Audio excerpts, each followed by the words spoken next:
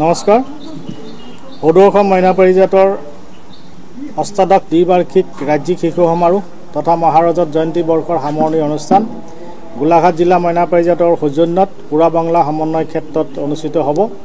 শিশুৰ শাৰীৰিক মানসিক আৰু বৌদ্ধিক বিকাশৰ হেতু আজিৰ পৰা ৭৫ বছৰ আগতে আৰম্ভ হোৱা সদৌ অসম মইনা পাৰিজাতৰ এয়া গৌৰৱ উজ্জ্বল বৰ্ষ মহাৰজত জয়ন্তী বৰ্ষ ইতিমধ্যে আমি বিভিন্ন জিলা মইনা পাৰিজাতত অনুষ্ঠিত কৰি আহি সামৰণি অনুষ্ঠানটো এই অষ্টাদশ ৰাজ্যিক শিশু সমাৰোহৰ লগত আমি অনুষ্ঠিত কৰিব লৈছোঁ ডিচেম্বৰ ২৬, ২৭, ২৮ আৰু ২৯ তাৰিখে।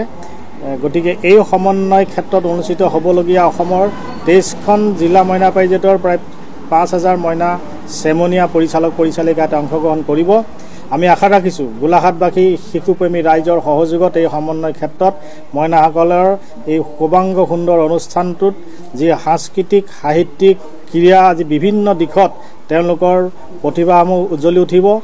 বগা সাজৰ এই সাজেৰে সমন্বয় ক্ষেত্ৰ উজ্বলি উঠিব। অসমৰ বিভিন্ন জাতি জনগোষ্ঠীৰ ল'ৰা ছোৱালী ইয়াত উপস্থিত হ'ব আৰু সমন্বয় বাৰ্তা তেওঁলোকে বিলাব পাৰিব। শিশুসকল আমি কওঁ এটা বাক্য যে অসমৰ এই নহয় ভাৰতবৰ্ষৰ যি শিশুসকল দেশৰ ভৱিষ্যত, শিশুসকল দেশৰ ধৰণী। মইনা পাৰিজাতে সেই উদ্দেশ্য আগত ৰাখি মূল মন্ত্ৰ আমি পোহৰ বিচাৰি যাওঁ, অৰ্থাৎ জ্ঞানৰ পোহৰেৰে মইনা পাৰিজাতে আজি ৭৫ বছৰ অতিক্ৰম কৰিলে। এই ৭৫ বছৰীয়া অনুষ্ঠানত যিসকল হতাশয় শিশুপ্ৰেমী ব্যক্তিয়ে তেখেতসকলৰ জীৱনৰ বহুমূলীয়া অৱদান আগবঢ়াই থৈ গ'ল, তেখেতসকলকো আজি আমি এই মহাৰজত জয়ন্তীৰ সামৰণি অনুষ্ঠানৰ প্ৰাক মুহূৰ্তত শ্ৰদ্ধাৰে সোঁৱৰিছোঁ। আৰু আজি যিসকলে মইনা পাৰিজাতৰ অনুষ্ঠানটোক নিস্বাৰ্থভাৱে আগবঢ়াই লৈ গৈছে তেখেতসকলক আমি আন্তৰিক ধন্যবাদ জনাইছোঁ। আৰু আপোনালোকৰ যোগেদি আমি আহ্বান জনাব বিচাৰিছোঁ যে সকলোৱে প্ৰত্যেক ঘৰতে যিহেতু মইনা থাকে, শিশু থাকে, শিশুসকলক মইনা পাৰিজাতৰ মঞ্চলৈ আগুৱাই লৈ আহক। এখন উমৈহতীয়া মঞ্চত শিশুসকলক থিয় কৰাই এখন পতাকা তলত থিয় কৰাই সোণালী শৈশৱৰ সেই ৰোমন্থনেৰে তেওঁলোকে যাতে ভৱিষ্যতে এজন সুনাগৰিক হিচাপে গঢ় ল'ব পাৰে তাৰ বাটত আপোনালোকৰ সহযোগী হওক, সেই আহ্বান আমি জনাইছোঁ।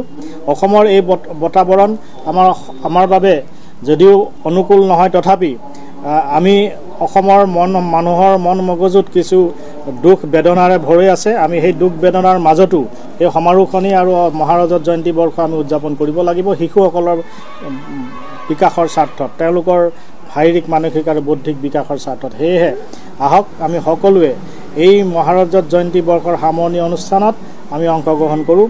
আৰু প্ৰাক্তন যিসকল মইনা আছিল, যিসকল সদৌ অসম মইনা পাৰিজাতৰ প্ৰাক্তন কৰ্মী আছিল, তেখেতসকলকো আমি এই মহাৰজত জয়ন্তী বৰ্ষৰ সামৰণি অনুষ্ঠানত নপুৰণি সতীৰ্থ সন্মিলন হিচাপে যি অনুষ্ঠান আয়োজন কৰিছোঁ সেই অনুষ্ঠানতো আপোনালোকে আহি অংশগ্ৰহণ কৰক, আমাৰ সহযাত্ৰী হওক, আপোনালোকৰ অভিজ্ঞতাৰে আমাক পৰিপুষ্ট কৰি তোলক, মইনা পাৰিজাতৰ মাৰ্গদৰ্শন কৰক, তাৰে আমি আশা ৰাখিছোঁ।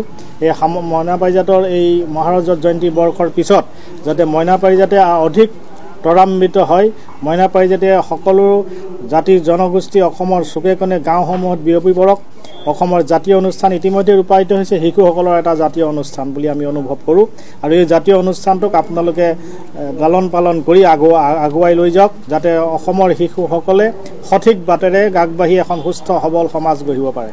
এই সুস্থ সবল সমাজৰ যদি আমি কামনা কৰোঁ তেতিয়াহ'লে মইনা পাৰিজাতৰ গত্যন্তৰ নাই বুলি আমি অনুভৱ কৰিছোঁ। গতিকে মইনা পাৰিজাতৰ বেনাৰত আমি সকলোৱে একেখন পতাকা তলত থিয় হৈ জ্ঞানৰ অন্বেষণত আগবাঢ়োঁ, যিটো আমি কওঁ আমি পোহৰ বিচাৰি যাওঁ। আৰু শেষত আমি গোলাঘাট জিলা মইনা পাৰিজাতৰ যিসকল শিশুপ্ৰেমী ব্যক্তিৰ তত্বাৱধানত ব্যৱস্থাপনাত এই অনুষ্ঠানটো আয়োজন কৰা হৈছে সেই তেখেতসকলক আমি আন্তৰিক ধন্যবাদ জ্ঞাপন কৰিছোঁ। এইকেইটা উল্লেখ কৰিব বিচাৰিছোঁ যে সদৌ অসমৰ এই মহাৰজত জয়ন্তী বৰ্ষৰ অনুষ্ঠানৰ লগত সংগতি ৰাখি আমাৰ আৰু এটা কাৰ্যসূচী আছে। অহা 16 নৱেম্বৰত তিনিচুকীয়া জিলাত অসম কণ্ঠ প্ৰতিযোগিতা, মইনাসকলৰ অসম কণ্ঠৰ বিভিন্ন জিলাৰ মইনাসকলে অংশগ্ৰহণ কৰিব, তাৰ পৰা এজন আমি মইনা অসম কণ্ঠ হিচাপে বিবেচিত কৰিম। গতিকে এই অনুষ্ঠানটোতো আপোনালোকৰ আমি সহায় সহযোগ তথা উপস্থিতি আমি কামনা কৰিছোঁ, যাতে সমাৰোহ এই মহাৰজত জয়ন্তীৰ যি বিভিন্ন কাৰ্যসূচী আছিল যোৱা জুন মাহৰ পৰা অনুষ্ঠিত হোৱা কাৰ্যসূচী যাতে আমি সফল সামৰণি পেলাব পাৰোঁ আৰু প্ৰত্যেকটো দিশত মইনাসকলক আমি আগুৱাই লৈ যাব পাৰোঁ। এই আশা ৰাখিয়ে পুনৰ আপোনালোকৰ আমি সহযোগিতা কামনা কৰি আজি মহাৰজত জয়ন্তী সামৰণিৰ লগতে অষ্টাদশ দ্বিবাৰ্ষিক ৰাজ্যিক শিশু সমাৰোহ প্ৰাকখনত আমি আপোনালোকৰ ওচৰত আজি বাৰ্তা প্ৰেৰণ কৰিছোঁ।